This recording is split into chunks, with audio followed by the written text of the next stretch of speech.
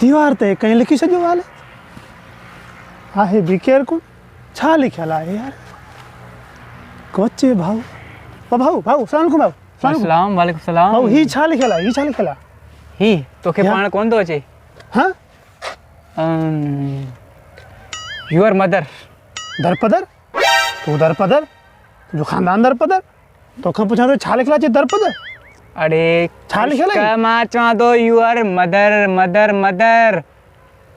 नकर पादर पादर पादर ही छा लिखला मुके वो बता तू मुके दरपदर जे दो खुदा जी सणाई थी लिखला योर मदर तू दरपदर वो मास्टर ही दरपदर ने तो पढ़ायो आ बाबा मां कहीं बे खां पुछां तो पढ़िया ओले कड़िया हो तवा डंडा खाइंदे केड़े हलो हल हल हल हल हल बुधाया तो चलो दिमाग खराब था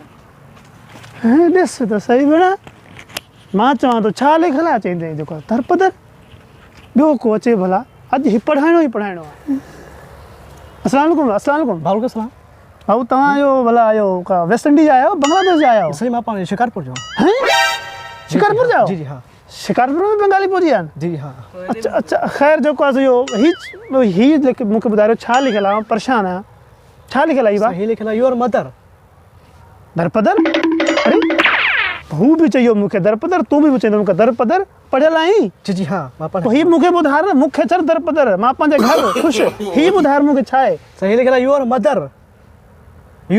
मदर काहे बजे नहीं पढ़ियो ही भला तू सही मदर बी बजे तक बी बजे नहीं पढ़ियो ही ना जी हाँ। तो तू भी दरपदर वो तुझे मास्टर भी दरपदर बाबा ही ताके पढ़ण न तो हो जे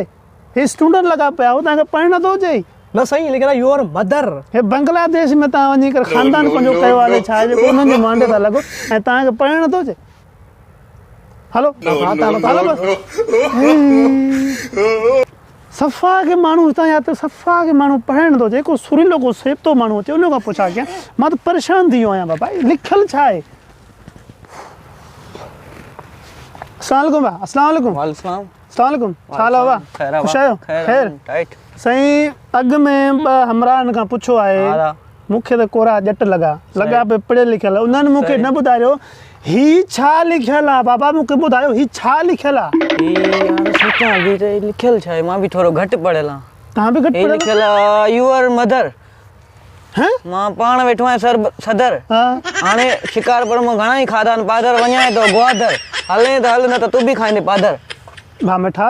तकड़ थोड़ी न कर ॿ चार सही तरीक़े सां ॿुधाए अखर छा लिखियल आहे बाबा हे लिखियल आहे योर मदर साईं तव्हां सां दिल्ली हवाले कयां न हां ॿुधायो मां थोरो घटि बि ॿुधंदो आहियां हां सही तरीक़े सां मूंखे सम्झायो छा लिखियल आहे बाबा हे लिखियल आहे योर मदर हल त हलूं ग्वादर न त खाईंदे तो सभिनि खां पादर सफ़ा न हुननि ॿुधारियो न हिन भाऊ ॿुधारियो ही तुंहिंजा ग्वादर जी मूंखे सलाह हणियो लॻेसि छाई थो मूंखे बि ग्वादर वञिणो पवंदो काॾे ओ भाऊ ओ पुराणे ज़माने वारी वञ मूंखे बि ग्वादर